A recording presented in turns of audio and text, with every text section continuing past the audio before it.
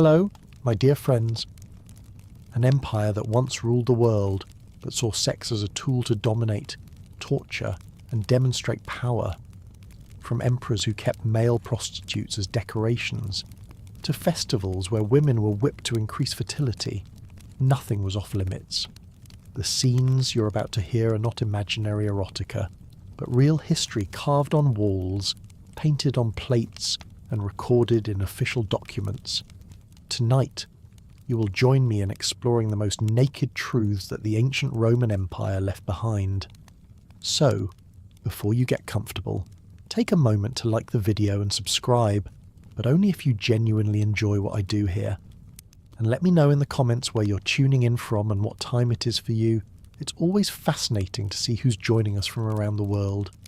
Now, dim the lights, maybe turn on a fan for that soothing background, and let's embark on this journey together tonight.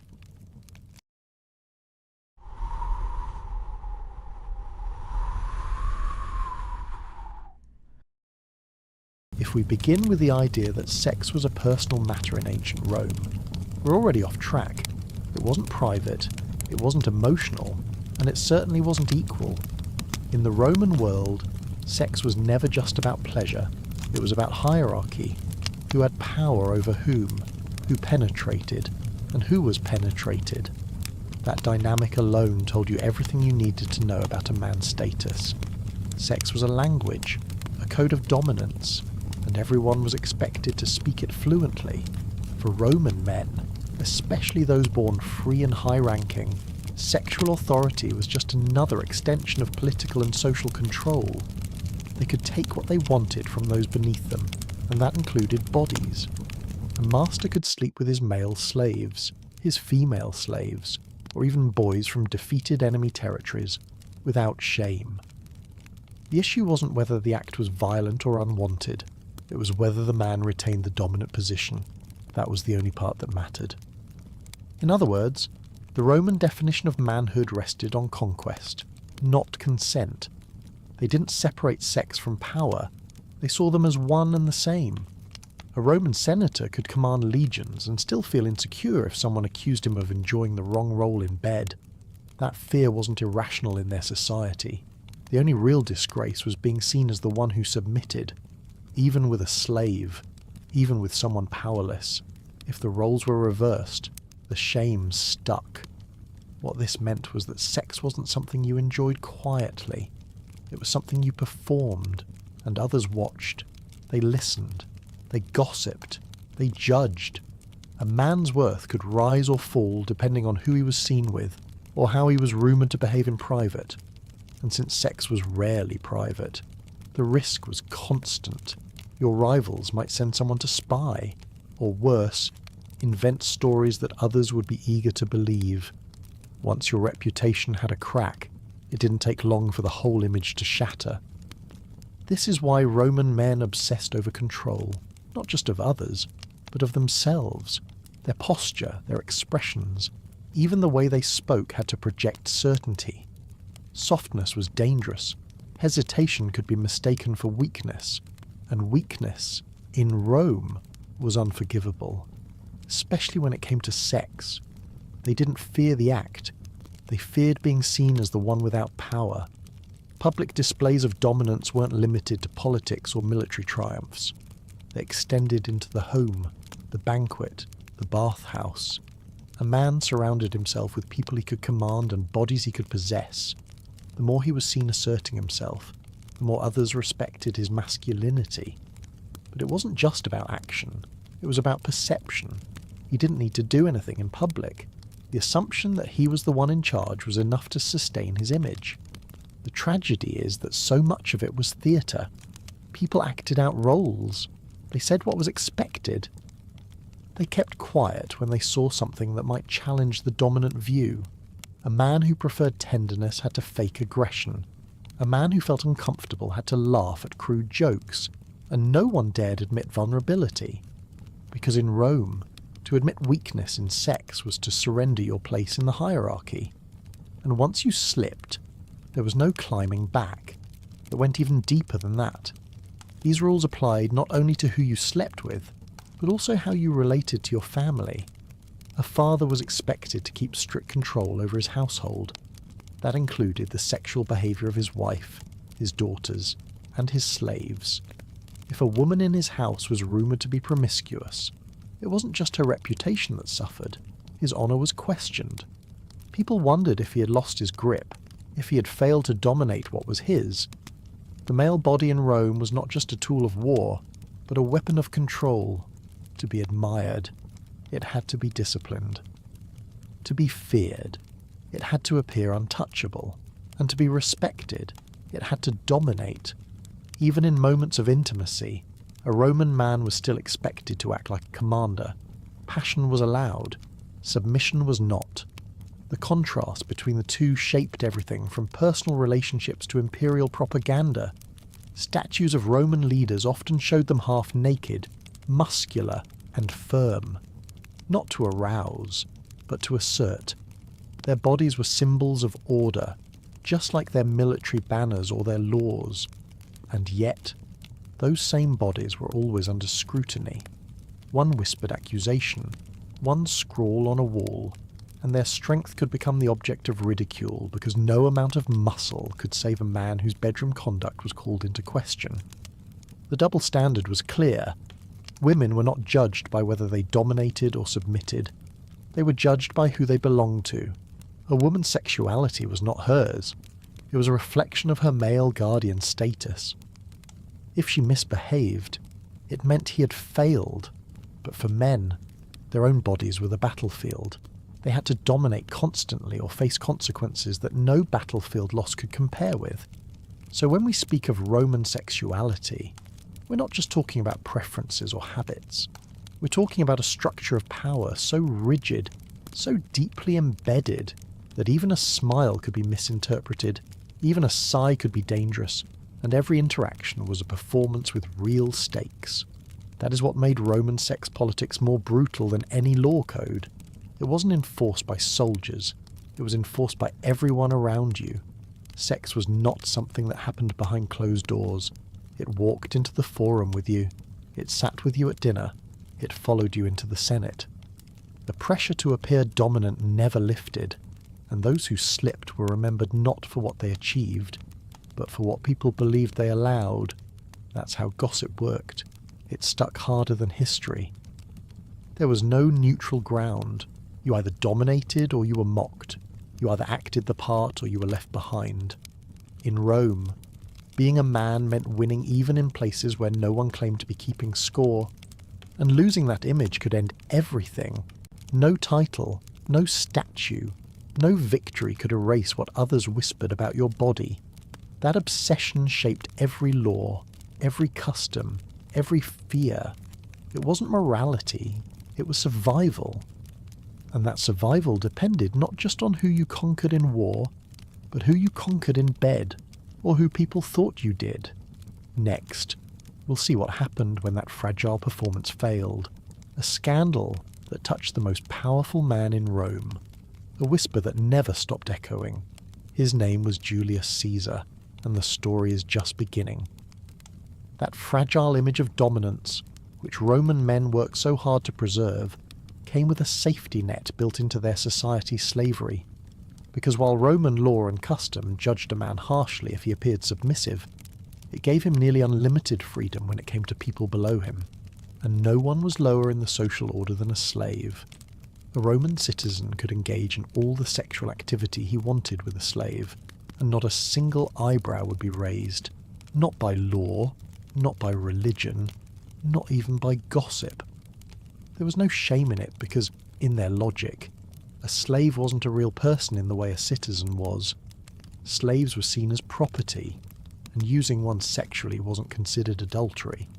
A man's loyalty to his wife was measured not by his behaviour, but by whether he kept other freeborn women out of his bed.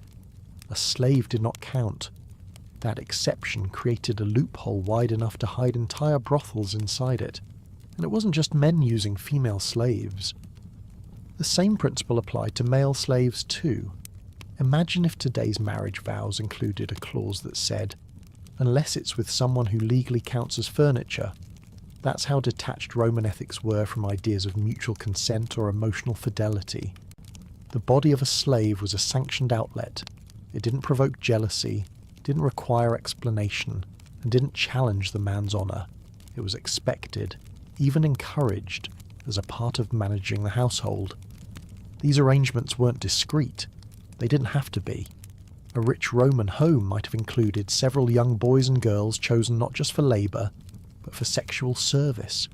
Their presence was obvious. Their function was understood. There were no whispered scandals or secret rendezvous. Their masters claimed them openly, sometimes assigning them nicknames that joked about their duties. And this wasn't a rare exception. It was common practice across villas, apartments, and even military camps. To the Romans, a man was only guilty of infidelity if he involved a free woman or a married citizen's wife. That was the line. Everything beneath that line was permitted, and as strange as it sounds now, no one worried about the morality of it. The concern was always status, protecting family honour, and family honour had nothing to do with how you treated people who lacked legal standing. This setup allowed Roman men to live with constant contradiction. They could promote virtue in public speeches while exploiting half their household at home. They could campaign on the value of discipline while keeping a favourite slave boy in their private quarters. It wasn't hypocrisy by Roman standards. It was simply how things worked. The system was built to protect men's reputations while giving them unrestricted access to bodies considered unworthy of defence. Women didn't get this freedom. Their sexuality was guarded, monitored, and restricted, even inside marriage. A Roman woman accused of being with a slave could face severe consequences, not just social exile, but legal punishment too. She could be disowned by her father, divorced by her husband, or even executed if her family chose to treat it as a matter of grave dishonour. In contrast, if her husband took a teenage slave into his bed, she was expected to ignore it. Her silence was a form of loyalty.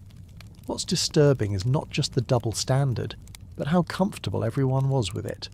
There was no pushback, no legal reform, no recorded protests. Slaves were used in this way for generations, and the practice was passed down like any other household skill. Mothers might even teach daughters how to avoid becoming jealous, how to endure the presence of concubines without complaint. It was seen as part of being a Roman wife. The use of slaves for sex wasn't just allowed, it was institutionalized. Even in military settings, commanders were given young attendants for personal use. In the writings of Roman historians, such arrangements are described with clinical normalcy. These accounts don't hide or dramatize the relationships. They mention them as plainly as one might list dinner guests. And again, the point was not emotional connection, it was ownership. Some inscriptions and poems joke about these relationships. Some are cruel, some are mocking, but almost no one questions the morality of what was happening. The concern was always whether a man was acting too fond, too soft, too attached. Those were the real dangers, not the use of another human being, but the perception that you had forgotten your place as master. A Roman could sleep with a dozen slaves and still be admired, but if he showed too much affection to one, his peers might start talking. This system blurred the lines between private desire and public power.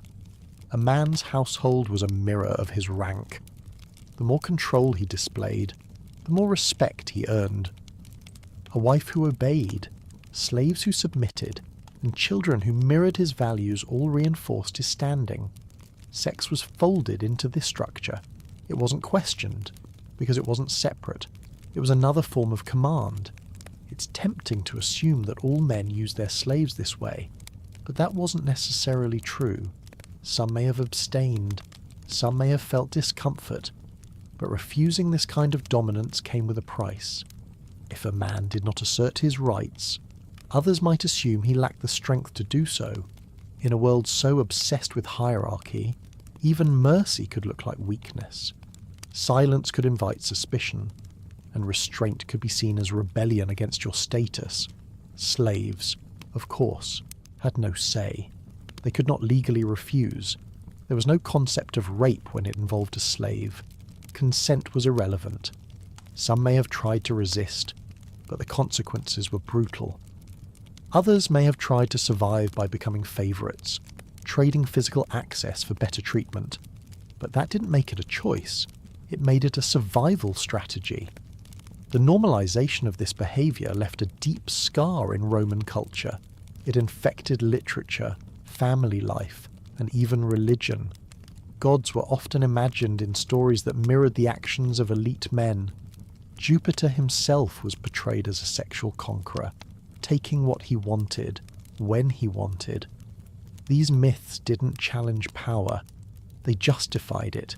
They reinforced the idea that domination was divine and submission was natural. Looking at it now, it's hard to ignore how thoroughly Rome tied sex to control. Nothing was sacred, nothing was truly private, and the cruelty wasn't in hidden corners. It was at the centre of how society operated. What shocks us today is the structure they call order. Next, we'll look at how Rome institutionalised that order even further, creating entire neighbourhoods, registries, and tax codes for a practice they saw as perfectly normal prostitution. But not all prostitutes were created equal, and in Rome, the difference between shame and celebration could come down to one coin and a public stage. If the sexual use of slaves helped men maintain control in private, Rome had another system to help manage desire in public. It was prostitution. But unlike in many other ancient cultures, where it remained unofficial or hidden, the Roman Empire didn't just tolerate prostitution, it structured it, regulated it, and taxed it. The business of selling sex became part of Rome's economy, its neighbourhoods, and even its festivals. And once again, the purpose was never pleasure, it was control. Sex for sale wasn't treated as a shameful back-alley secret. It was written into the laws. Prostitutes were required to register with local authorities. Their names, their services, even their fees could be listed in ledgers. The state didn't protect them from harm, but it made sure to take a portion of their earnings. They were both ignored and used. Their labour was seen as necessary, but their dignity was erased in the process. Imagine a world where the government gives you a license to be used, but never a shield to feel safe. That was Rome. There were no health checks, no rights, no protections, only taxes and expectations. And while prostitution was legal, it came with a permanent social stain. A registered prostitute could never marry a freeborn citizen. Her children were excluded from respectable inheritance. And even if she left the trade, the legal mark remained on her record. But within that world, there was structure, a hierarchy. Not all prostitutes were equal. Some worked in dark alley stalls called cubicular behind taverns. Others were attached to brothels controlled by powerful men, and a few operated independently, charging more and choosing their clients. There were streetwalkers, bathhouse workers, party girls, and performers. Some were slaves forced into it. Others were free women driven by poverty or circumstance. The lines between choice and coercion were always blurred. Roman cities had entire districts known for prostitution. These weren't slums hidden on the outskirts. They were woven into the city, near temples, along marketplaces, close to military barracks. Some streets even got their names from the services offered there. At night, oil lamps marked the entrances, and clients didn't have to guess. Lists of services and prices were sometimes scratched into the walls. Even the graffiti joined in, mocking or praising certain workers by name. Some brothels were plain stone rooms with nothing but a cot and a wall carving. Others catered to wealthier men, with paintings, cushions, and wine. The decor didn't hide the function, it advertised it. Frescoes on the walls depicted graphic scenes, offering previews like a menu, and the more upscale the place, the more exotic the theme. Egyptian motifs, Greek myths, wild animals. It wasn't about art, it was about fantasy. The irony was that the elite men who denounced public vulgarity often spent their nights paying for the same. Senators visited brothels, sometimes in disguise, sometimes proudly. Some even hosted their events, hiring groups of prostitutes for private feasts. These weren't quiet affairs. They were spectacles, dancers, music, flowing wine, and staged sex acts. In some circles, hosting an outrageous party was seen as a sign of wealth and sophistication. The women at these events were often chosen for their novelty. Some were known for their singing, others for their flexibility or unusual talents. They weren't called by their real names. They had stage names, short nicknames, or simply labels. They were commodities, passed around, evaluated, praised or dismissed. And though they stood at the centre of attention, they held no real power. In literature, these women appear often, sometimes as temptresses, other times as punchlines. Poets wrote verses comparing their bodies to temples or storms, but never as people. They were metaphors, not individuals. The public could admire their beauty while scorning their profession.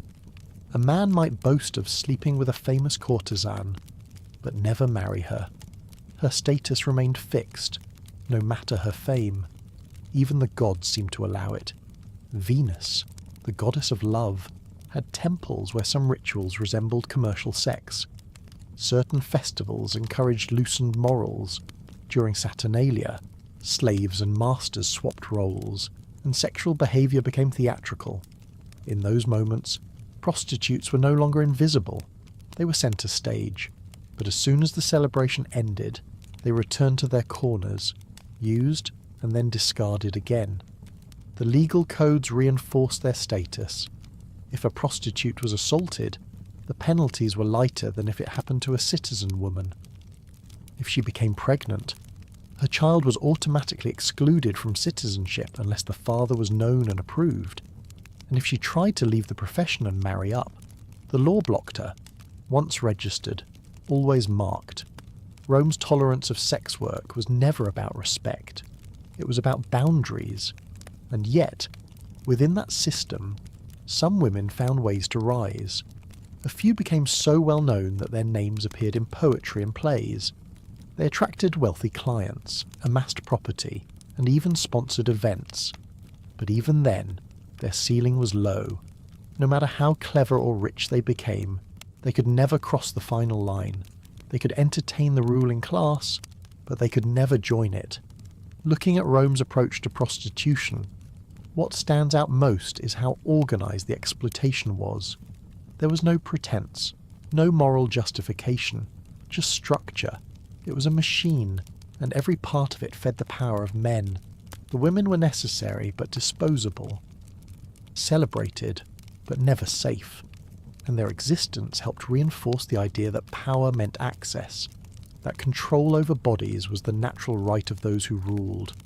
What shocks us is not that prostitution existed, it's that it was turned into policy, that it was tracked, taxed, and mapped like any other civic duty.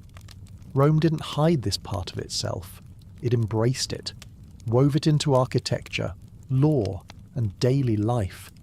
And for Roman men, paying for sex was not a vice, it was a privilege.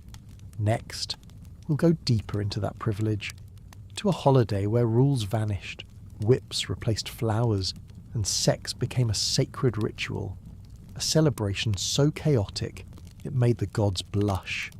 Welcome to the Lupercalia. If Rome could turn sex into law, it could just as easily turn it into religion, and few festivals captured that strange blend of faith and flesh better than Lupercalia. Every year, in the middle of February, the city lets go of its usual constraints. Rules were relaxed, roles were reversed, and beneath the surface of celebration, something far more primal was on display. This wasn't just a party. It was a ritual with centuries of tradition, animal blood, and public nudity. The Romans called it sacred.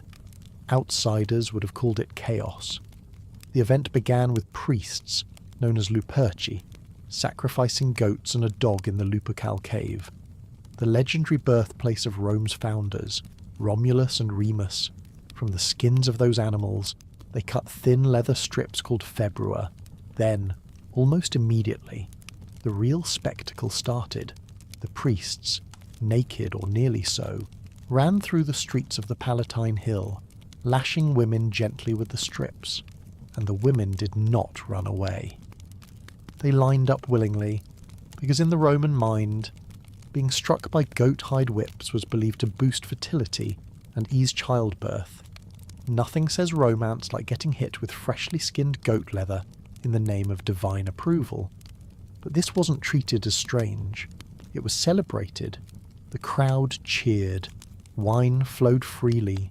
The laughter was loud, and the rules of modesty were suspended for a day. Even high-born women, normally cloaked in layers of silk and protocol, would take part. Getting whipped by a Lupercus was a lucky charm, not an embarrassment. The atmosphere was unlike anything else in the Roman calendar. There were no formal speeches, no carefully choreographed processions, just a wave of bodies, sweat, wine, and tradition moving through the city like a living current. The line between priest and reveller blurred quickly, and that was the point. The sacred wasn't supposed to feel clean or orderly. It was meant to be raw. The Romans believed that the body could be a vessel for divine force, especially when stirred by fear, pleasure, or pain. The connection to sex was never directly spoken, but always understood. Lupercalia honoured fertility in all its forms. Women were blessed through lashes. Men proved their virility by running, shouting, and showing themselves without shame. And behind the rituals, parties took shape. Small gatherings turned into drinking contests. Private corners turned into public displays. The energy didn't return to normal when the sun went down. It only grew. The government, far from banning the event, supported it. Even as Rome became more structured, more bureaucratic, Lupercalia remained untouchable for centuries. It was a cultural pressure valve, a time to indulge impulses that were normally hidden. And because it was framed as a religious rite, almost nothing was off limits. If a senator joined in the whipping, people laughed. If a general got drunk and kissed a stranger in public, it became a story, not a scandal. The deeper reason this festival lasted so long was its mythological weight. It was rooted in the origin story of Rome itself. The wolf who nursed Romulus and Remus symbolized wildness, instinct, and survival. Lupercalia was a tribute to that wolf spirit, to the idea that civilization needed moments of release. And if that release looked like a frenzy of half-naked men chasing women with goatskin lashes, so be it. It's hard not to notice that the same culture that preached order and virtue made space for a yearly riot in the name of the gods. Roman discipline was always balanced by Roman indulgence. Their leaders spoke of restraint while secretly funding the chaos. The contradiction wasn't hidden, it was embraced. One day of madness helped preserve 12 months of control. That was the logic. And yet, as the empire shifted, so did its tolerance for older pagan customs. By the time Christianity spread through the ruling class, Lupercalia began to feel less like religion and more like heresy. Church leaders condemned it. They saw the nakedness, the drunkenness, the sexual energy, and labelled it a danger to Christian morality. There were efforts to reinterpret the festival, to replace it with saints and symbols, but old habits die hard. The last documented Lupercalia took place in the late 5th century, under the rule of Pope Gelasius III. He denounced the practice as indecent and unfit for a Christian city. And though some Romans resisted, the tide had turned. 1,000 years of tradition ended not with a riot, but with a decree. Whips were hung up, temples were repurposed, and the wild energy that once pulsed through the city every February was folded into something tamer. What remained was memory, and some believe echoes of Lupercalia lived on in later customs. Valentine's Day, with its arrows, hearts, and rituals of courtship, has been loosely linked to the older festival. But whatever resemblance exists is pale compared to the original. The real Lupercalia was not about cards or chocolates. It was about fertility, violence, and a thin veil between human and beast. It also revealed something uncomfortable about Roman values, that even religion, The thing most societies used to restrain passion was used to unleash it here. The gods didn't demand piety. They demanded proof of strength, of virility, of courage to step outside normal roles. Lupercalia gave Roman men the stage to perform that proof, and women, willingly or not, played their part too. What makes it unsettling is how joyfully it was done. There was no fear, no guilt, only cheers and celebration. In the streets of the greatest empire, people proved their devotion not through silence and prayer, but through flesh and noise. They believed this pleased the divine. And maybe, for a while, it did. But as Rome changed, the festival's survival became impossible. A new god now ruled the empire, one who demanded humility over spectacle, modesty over excess, and in that world, Lupercalia no longer had a place. Next, we'll turn from public rituals to private chambers, where what started as a toast could end in a room full of bodies. Roman banquets were never just about food, they were feasts of power, pride, and pleasure. And the more elite the guest list, the more decadent the night became. Lupercalia may have disappeared from the calendar, but its spirit never fully left Roman culture. If the street no longer allowed for public rituals of excess, the private home stepped in to replace it. And in no setting was that more visible than in the elite Roman banquet. These gatherings started with food and flattery, but rarely ended there. For the ruling class, a dinner party was not just about hospitality, it was a performance, an opportunity to display wealth, status, and sexual access all in one luxurious evening. The guests were chosen carefully, powerful men, rising politicians, artists, poets, and sometimes their mistresses or favourites. The atmosphere grew looser with every cup of wine. At first, the discussion stayed political or philosophical, but the later the hour, the more personal everything became. Jokes sharpened, hands wandered, bodies shifted closer. The servants knew the signs. They dimmed the lights, poured stronger wine, and made space for what came next. A Roman banquet without sex was like a theatre with no actors, empty, strange, and missing the point. These evenings often ended in collective acts that blurred the lines between host and guest. Pleasure and power. Slaves were expected to join in. Prostitutes were brought in ahead of time, waiting in the side rooms or even already present at the table. Gender didn't matter, neither did age, as long as everyone played their part in the host's performance of indulgence. There were no rules except one the host had to be in control. These weren't orgies in the modern sense of mutual abandon. They were carefully choreographed spectacles where hierarchy stayed intact. The host initiated. The guests followed. Those who hesitated risked seeming uptight or, worse, disloyal. A guest who withdrew too early might find himself excluded from future gatherings. And in Rome, losing access to these circles could mean losing everything. For the slaves and prostitutes, it was simply another part of their labour. They were passed between guests without pause. Some were praised for their beauty or skill. Others were laughed at, discarded, and called back later if someone changed their mind.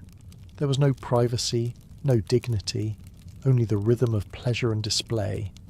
What mattered was the mood, the pace, the sense that something extraordinary, something Roman, was happening.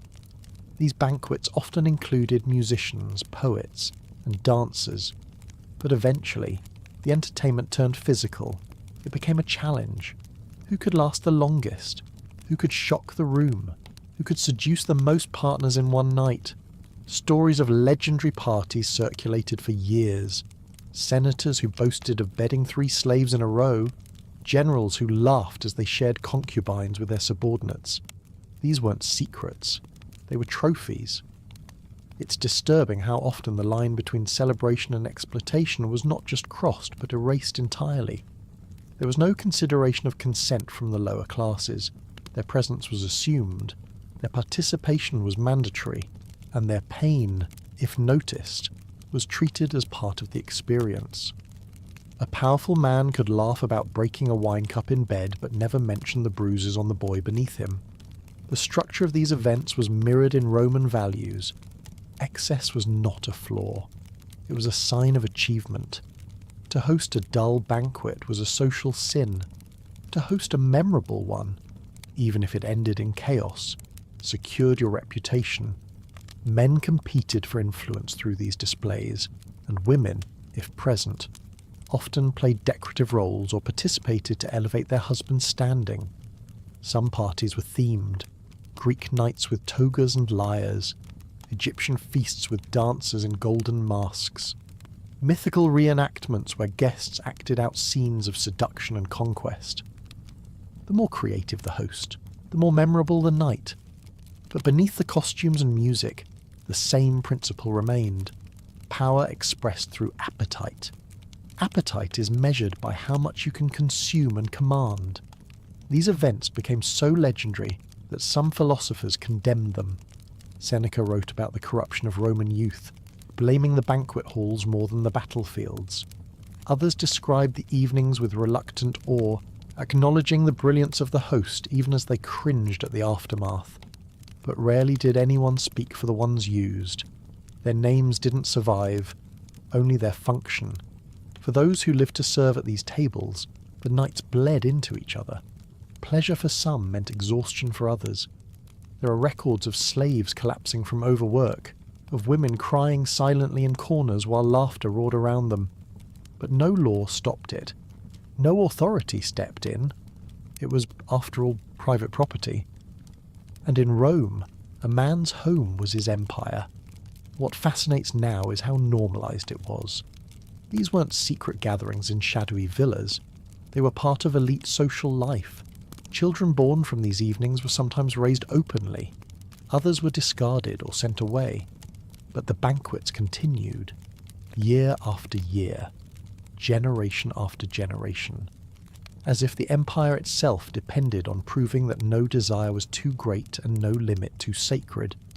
It's hard not to feel that Roman pride was built as much on cruelty as it was on conquest.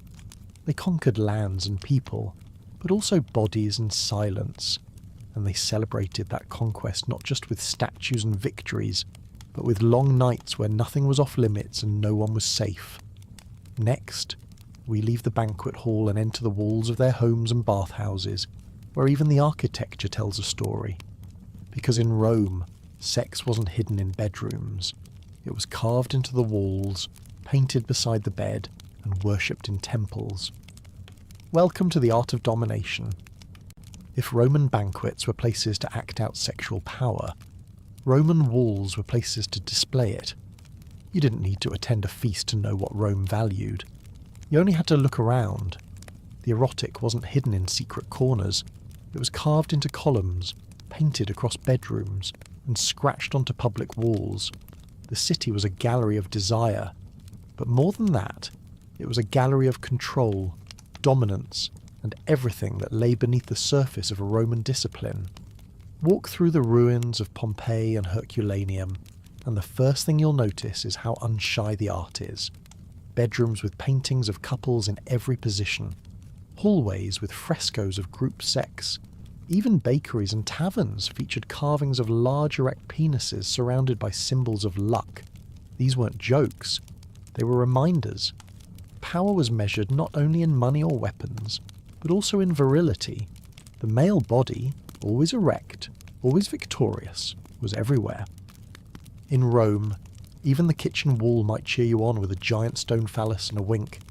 Public toilets had erotic graffiti, bathhouses had ceiling frescoes showing scenes of sexual conquest, and homes, no matter how elegant, often included art that would make today's museums hesitate. It was not considered scandalous, it was considered Roman. The phallus was especially sacred. Called the fascinum, it wasn't just decoration, it was protection. Romans believed that images of the penis could ward off evil. They placed them above doorways, in children's rooms, even around their necks as charms. Some were small and discreet, others were bold, with wings or eyes or even legs. The message was clear. Sexual power wasn't shameful, it was magical. holy, even. But the imagery wasn't just limited to heterosexual scenes. Roman art included same-sex couples, both male and female, often portrayed in acts that reinforced the idea of hierarchy. The dominant partner was idealized, the passive one often stylized as lower in status. Group sex was also common in wall art, especially in brothels, where the images acted as both menu and instruction. What today would be considered pornography was, for them, a kind of cultural wallpaper. Some of the most detailed erotic art has been found in the suburban villas of the wealthy. These weren't public taverns, they were private retreats, and still, the walls were filled with scenes that mixed mythology and sex. Zeus seducing mortals, satyrs chasing nymphs, gods transforming into animals to fulfill their desires. These stories were known by everyone. They justified human behaviour by pointing to the divine. If Jupiter could cheat, so could you. Children were not shielded from these images. They grew up surrounded by them. It wasn't unusual for a boy to learn the alphabet by reading graffiti on a wall that also described someone's latest bedroom conquest. There were no censorship laws, no separation between art and anatomy, and while the elite might pretend to be cultured in their interpretations, the purpose of the images was often as physical as the acts they showed. What's incredible is how much of it survived. Even after volcanic ash buried entire cities, the walls kept speaking. Excavations in the 18th and 19th centuries uncovered hundreds of erotic frescoes, many of which were quickly hidden away. Museums called them obscene and locked them in restricted archives. Scholars debated whether Rome had been depraved, but to the Romans themselves, this art was just part of the furniture. They didn't use curtains to hide their pleasures. They used statues to honour them. Penises carved into milestones, into household shrines, even into the handles of oil lamps. One popular motif showed Mercury, the god of commerce, alongside a phallus, as if reminding merchants that success required more than gold. Another common figure was Priapus, a rustic god always depicted with an impossibly large erection, guarding gardens like a fertility scarecrow. The temples were no different. In places where people came to worship, images of sex were painted on the ceiling. Some shrines offered figurines or clay tablets showing lovers in explicit positions, asking the gods for passion, fertility, or domination. Even in death, the imagery remained. Tombs carried inscriptions with sexual puns or references to former conquests. A man might be remembered not for kindness, but for stamina. This culture of visual sexuality wasn't without critics. Philosophers like Cicero and Seneca occasionally questioned the morality of public eroticism, but their voices were outnumbered. Most Romans, even those in high office, saw no contradiction between power and pleasure. A general might kneel at a temple one day and host an erotic poetry contest the next. It was all part of a balanced life. The deeper message of these images was not about lust, it was about hierarchy. The art reinforced who should be in charge, who should submit, who deserved pleasure, and who was meant to provide it. Even when the scene was playful or mythical, the roles were clear. Roman sexuality, even in paint, was a mirror of Roman society. What makes it unsettling is how normal it all was. No one flinched, no one whispered. They laughed, pointed, and sometimes added their own drawings beside the originals. The walls didn't need ears, they had mouths, and they repeated the same message again and again: dominance is beauty, submission is forgettable. Next, we'll go deeper into that message, not through paint or stone, but through the tools Romans left behind. Because if the walls could talk, the objects in their drawers could whisper something even stranger. From carved dildos to scented oils, from bronze mirrors to locked belts, the Roman appetite for control extended even to the instruments they used in bed. Let's open the drawer. The walls of Roman homes made their pleasures visible, but the drawers, the boxes, the private corners of those same homes told an even more intimate story. While paintings showed what Romans believed about sex, The objects they used showed how they practiced it. Their appetite was not limited to partners, it extended to tools, devices crafted from wood, leather, and metal, some ordinary in form, others strange, all of them designed to stimulate, to dominate, or to entertain. These weren't accidents of history. They were built with purpose, and in Rome, that purpose was never questioned. Dildos, for example, have been unearthed in villas and bathhouses, stored carefully like any other household item. Some were carved from wood, others shaped in bronze. A few were covered in leather. Their size and shape varied, but the intention behind them was clear. They weren't religious, they weren't artistic, they were meant for use, and they weren't hidden. Their presence didn't cause a scandal. Instead, they reflected a world where sexual curiosity had physical outlets. It's one thing to imagine Roman indulgence, another to find the instruments still waiting where they were last left. These weren't symbolic relics. They had worn. They had design details meant to make them more effective. Some even included rings for grip or attachments to be worn. Their existence suggests not just openness, but experimentation. Pleasure wasn't passive, it was engineered. Lubricants were common too. Romans had no shortage of ingredients. Olive oil was the most widely used, found in nearly every household and in nearly every kind of intimacy. But for more refined experiences, they turned to honey, animal fat, and scented ointments. Recipes were passed down in herbal manuals. Some included ingredients meant to arouse, to numb, or to perfume. These weren't secret recipes. They were shared like any beauty routine or health tip.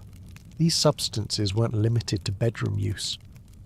In brothels, attendants applied oil before and after encounters, often warming it beforehand. The scent became part of the experience, sweet or musky, depending on the mixture. In wealthier homes, slaves kept small jars ready near beds or in bathing areas. They were as essential as wine, as familiar as incense, and once again, their presence didn't cause discomfort. They were as Roman as sandals, but the tools went beyond handheld objects. The Romans built furniture with sex in mind. Some chairs were designed to support unusual positions, others had hand grips or adjustable angles. Beds in brothels were often set into stone, the mattress added on top. Some included shallow basins underneath, which are easy to clean. Even household couches, where guests might recline during a feast, could be repurposed when the night turned physical. The lines between rest and indulgence blurred easily. Imagine IKEA releasing a line called Domus Erotica and no one batting an eye. That's what Rome was. Furniture that served pleasure wasn't taboo. It was practical. If a man could afford a better chariot or a better sword, why not a better bed for his tastes? The logic was consistent. Comfort and conquest were always close. There's evidence of harnesses too, leather straps, bronze buckles, sometimes attached to walls or bedposts. Scholars debate their exact use, but the most likely explanation involves restraint, not as punishment, but as stimulation. For Romans, control over the body was a mark of authority. Being able to bind another, physically or socially, was part of their identity. The same hands that signed decrees might tie a knot just as carefully. Some temples even featured statues holding or standing beside these kinds of objects. Priapus, the rustic fertility god, was often shown with exaggerated anatomy, leaning against a post or balancing a scale. In some regions, small wooden dildos were offered as votive gifts. A prayer for fertility, pleasure, or the healing of sexual dysfunction. Religion didn't hide these things, it absorbed them.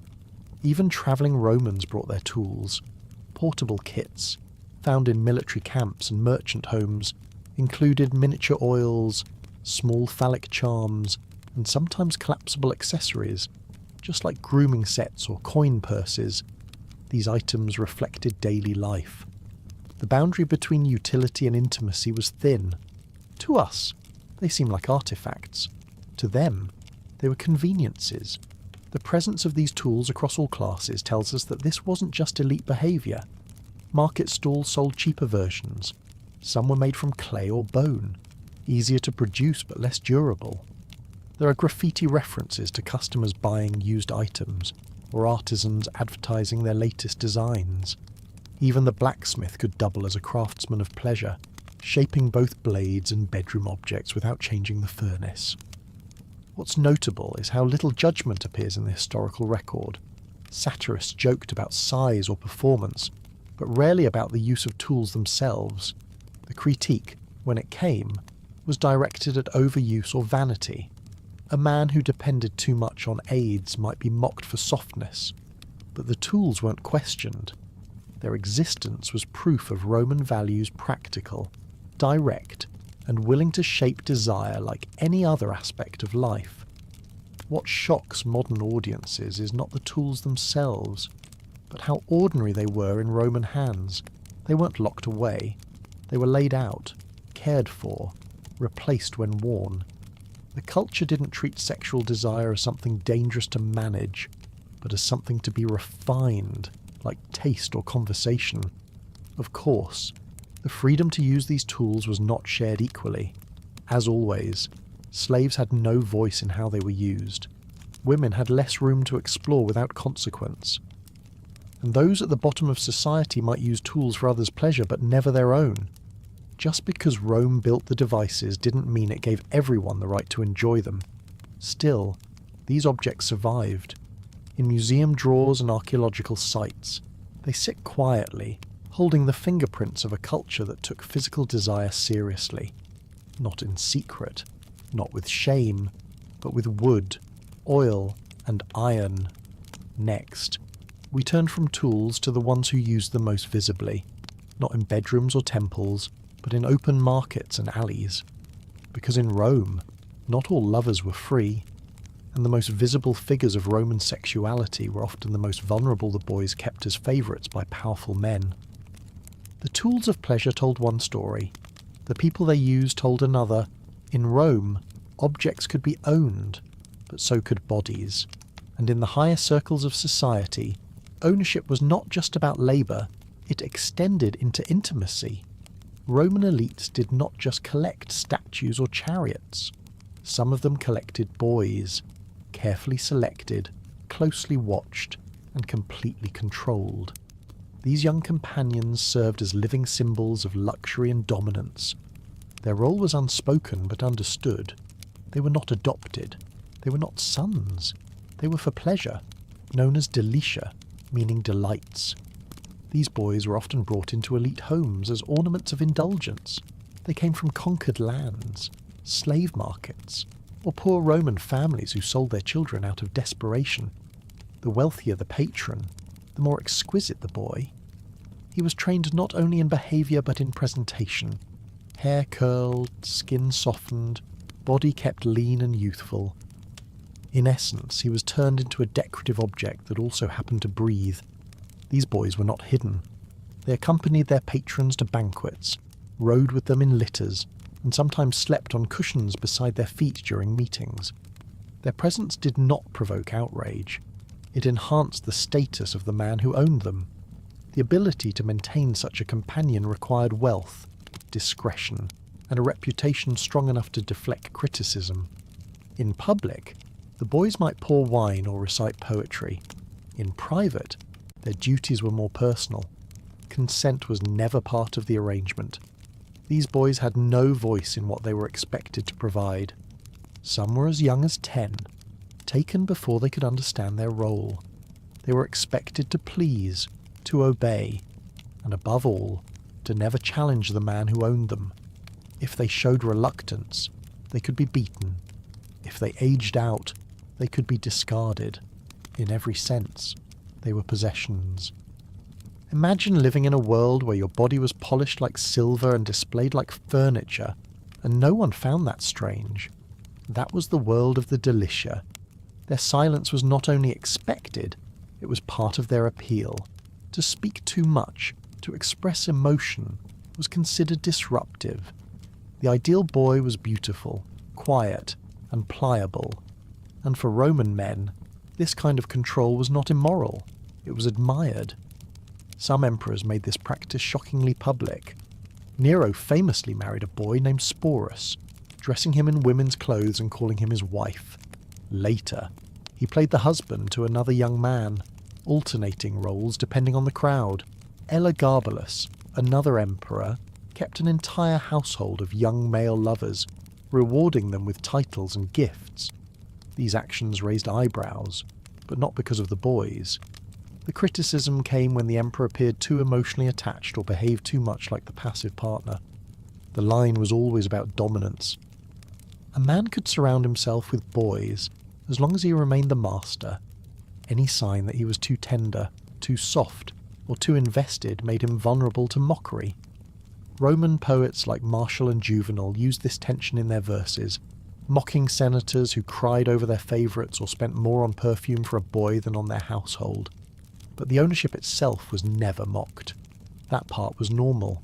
These relationships were often long-term but rarely stable. A favourite might rise in influence, receiving better clothes, better food, and even property. But the position was precarious. One mistake, one shift in mood, and the boy could be replaced. He might be sold, sent away, or even punished publicly to demonstrate the master's detachment. There was no protection, no promise, only the illusion of intimacy. The boys, in turn, learned to adapt. Some became expert manipulators, using their beauty to gain favours. Others retreated inward, surviving by obedience and silence. And a few, tragically, ended their lives before being discarded. The system was not built to care for them. It was built to showcase the power of those who could afford them. Roman society rarely questioned the ethics of these arrangements. Philosophers debated virtue, but few condemned the practice outright. It was simply one of many ways that wealth expressed itself. A man might show off his garden, his library, his exotic birds, and his favourite boy in the same evening. Guests were expected to admire the selection, not challenge its morality. What makes it even darker is how ordinary it became. These boys appeared in love poems, plays, and gossip. Their names were known, but not remembered. Their youth was praised, but their futures were ignored. When they disappeared, no one asked why. Someone younger always took their place. The physical objects from earlier, dildos, restraints, and oils, were often used on these boys, not with them. The tools of Roman pleasure were rarely shared. They were applied to the bodies that could not say no, and that is what made it Roman. The absence of mutuality, the presence of control, the celebration of power without consequence. Some later Christian writers would condemn the practice, but by then it had already left its mark on the empire. The art, the poetry, the laws, they all reflect a culture that measured men by how many things they could possess, including people. And in that list, the delicia were just one more item, polished and placed like any other treasure. Next, we follow the logic of this control one step further. When the boundary of age disappeared, what else could, in the streets of Rome? Children did not just witness adult behaviour, they were pulled into it, sold, swapped, and used without shame. Because for Rome, power did not stop at the bedroom, it reached into the cradle. If Roman men could parade their boy companions in front of dinner guests without consequence, then it was no stretch for the empire to look past the boundaries of age entirely. The idea of a child being too young was not part of the Roman vocabulary. What mattered was whether they were useful, if they were quiet, obedient, and owned by someone else. Age became irrelevant. The younger the child, the less likely they are to resist, and in a world obsessed with dominance, that alone made them valuable. In Roman households, enslaved children were treated as tools, and the law did not require owners to consider their well-being. A child could be taken into the home to clean or serve, and just as easily expected to provide more intimate services. There were no age restrictions, no oversight, no protections. If the child were a slave, they could not refuse. If they were free but poor, their safety depended entirely on the generosity of those around them. It was a structure built for silence. In Rome, childhood was not a protected stage of life. It was just another rung on the ladder of control. A child could be bought, gifted, or inherited, and that transaction often included expectations that went far beyond labour. Masters who favoured young attendants were not shamed. They were admired for their taste. Their status made their choices untouchable, and the children themselves had no voice in the matter. Some of these children became known by name, usually in passing comments by poets or guests. A boy who poured wine with the right posture, or who sang in a soft enough voice, might be remembered briefly, but most faded into obscurity. Their presence was expected, their obedience assumed, and their aging punished with dismissal. Many were replaced before they had even grown into adolescence. Those who stayed longer often did so because they pleased their masters in ways that extended beyond